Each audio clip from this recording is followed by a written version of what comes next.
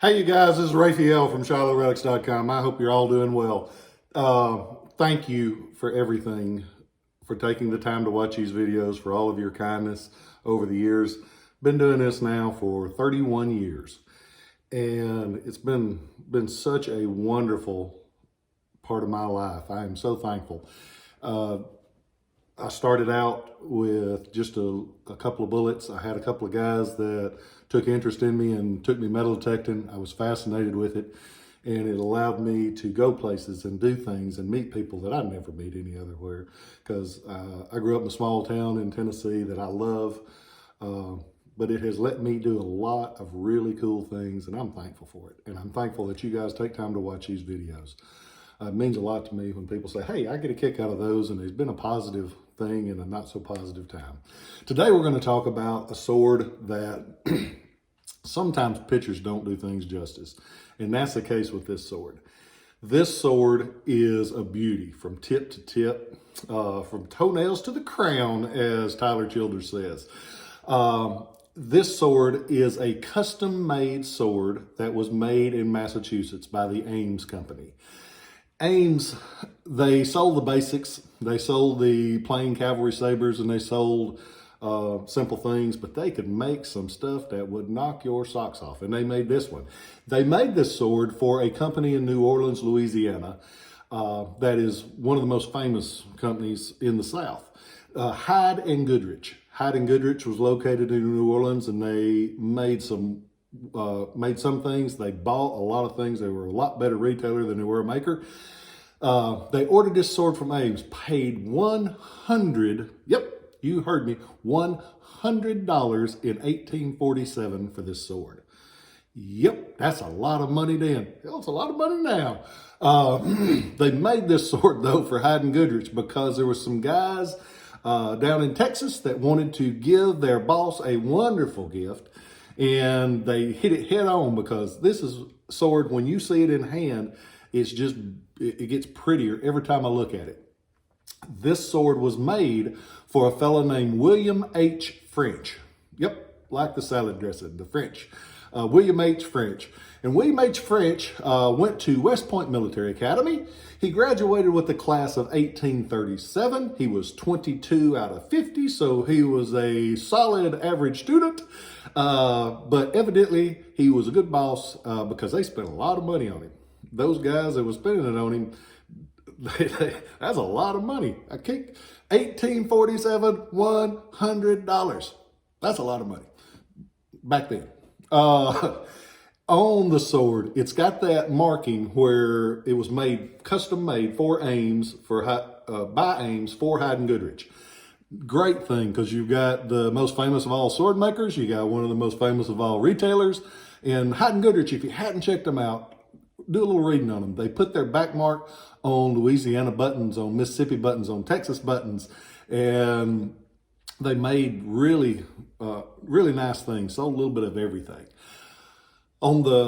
Between the mounts on this sword, there is a jeweler quality inscription, and it is gorgeous. It says on there, and I'm going to read it so I get it correct. It says, presented to Lieutenant W.H. French, 1st U.S. Artillery, USA, Assistant Commissary of Subsistence at Brazos Island Depot by his clerks, February 7th, 1847. What's going on in 1847? I could leave you hanging, but I'm going to tell you just because I care about you.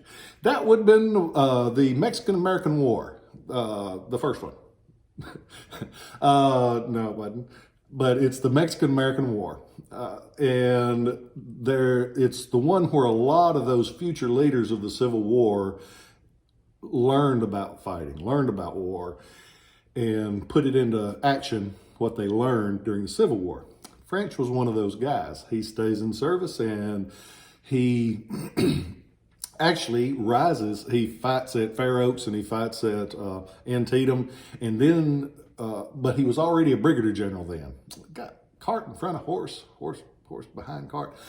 But he was a brigadier general then. Because of how he fought at Fair Oaks and Antietam, they make him a major general, which there is a big step up in the world of generalry. Generalry. Made a new word today. But on November 29th, 1862, year of our Lord, they made him a major general.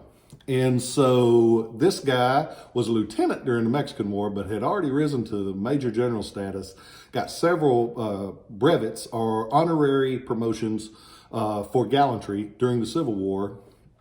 So he got a cool look. Check him out. I've got, actually accompanying this sword, I've got an original CDV image of him in uniform, like this. But he served, his son served. There's actually an article in North-South Trader featuring this sword. North-South Trader magazine, if you don't get it, you ought to get it. My buddies, Steve Sylvia and Miss Nancy up there. Hi, Miss Nancy.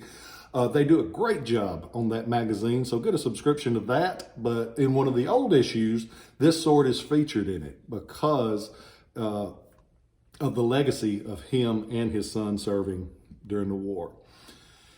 If you get a chance, go on to ShilohRelics.com. It's a beautiful sword. I took pictures of it from every angle because I like it. It's got a full-length 34 3/4 inch blade. The handle is gorgeous. If you notice, it rotates. It's got panels on the handle like this. It rotates between mother of pearl and silver. And on that mother of pearl, it's got inlaid jewels. In the crossguard, it's got this, big jewels. I mean, it's beautiful. It's stunning. It's pretty from every angle. If I hit the lottery tonight, you cannot own this sword. I'm going to keep it. And I don't say that much. Most of the stuff just becomes stuff that I like, but I like this one. So if you get a chance, go on there. Check it out. It's a great sword. I want to thank you guys for all of your kindness. Today's a tough day. 4 years ago today, I lost my wife due to complications from prescription drug addiction. And a lot of people, it's like, why do you say that? I say that because there are so many people that struggle with prescription drug addiction that you never hear about. It's something, we don't talk about that because that's not nice. That's not a positive light on something. You got to talk about it and you got to get help. If you or someone that you love is addicted to those things that they give out like candy, get some help. Please get some help. I tried. We tried, but they had already done the damage that was past a point where we could help her. I miss you every day, honey. But I say this not for pity, not for anything else, and I'll say it because people need help, and you got to give them help if they need it. So they might not want it, but you got to get them help because there ain't no turning around once you hit a certain point with it. And I think that she was a kind, loving, caring person that wanted to help other people. She couldn't, when she was in rehab, she spent more time worried about the people that were in rehab than she did about herself. So being addicted to those things is not it can happen to anybody. It can happen. You ain't got to have money and you ain't got to have character flaws. It can happen to anybody. That's why it's addiction. So I say all this, one, to share my story, because if it can make one person out there stop, look around, and realize that life is so much more special than to just throw away because of some pills, then it's okay. I want good things for all of y'all. I want good things for everybody. So I'm keeping a good thought for you guys today. If you need help, reach out and get it. If you can't find it, if you tell me, I will do my best to get find someone around you that can help you. I'm busy every day because, like my email says at the end of them, owner/janitor, because I do it all around here. But if you are in severe trouble and you need help, you call me. You leave a message and I will find somebody to try to help if I can, because we all need it. And a positive tomorrow got to start somewhere, and why the hell not right now for you? Remember that you're loved. Remember that there is help out there. Remember that life is too precious to lose. So stay in there. Keep your head up.